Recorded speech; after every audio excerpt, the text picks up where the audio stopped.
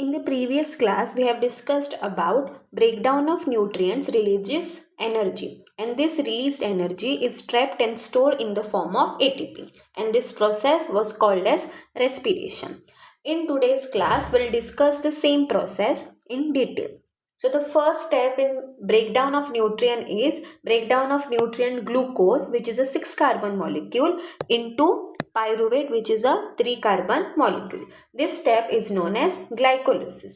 This step takes place inside the cytoplasm of the cell, and it occurs under anaerobic condition, that is when oxygen is absent.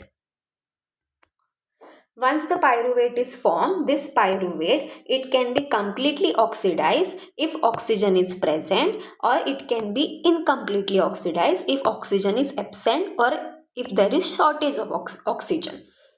If this pyruvate is completely oxidized, then there is yield of 34 to 36 ATP. So more energy yield. If this pyruvate is incompletely oxidized, then there is yield of only 2 ATP. So less ATP yield.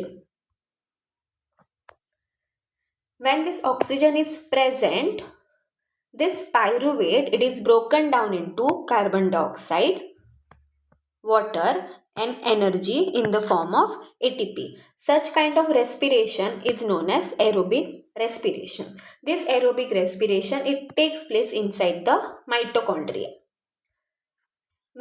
When oxygen is absent inside the cell, then energy can be gained with the help of anaerobic respiration, and products of anaerobic respiration vary from organism to organism. So if this anaerobic respiration occurs inside the yeast cell when oxygen is absent, then pyruvate will be broken down into ethanol, carbon dioxide and energy. This step takes place inside the cytoplasm. If this anaerobic respiration occurs inside the skeletal muscle cell when there is shortage of oxygen, then this pyruvate here, it will be broken down into lactic acid and energy. This step also occurs inside the cytoplasm. This lactic acid, it will start accumulating and will cause muscle cramps in human being.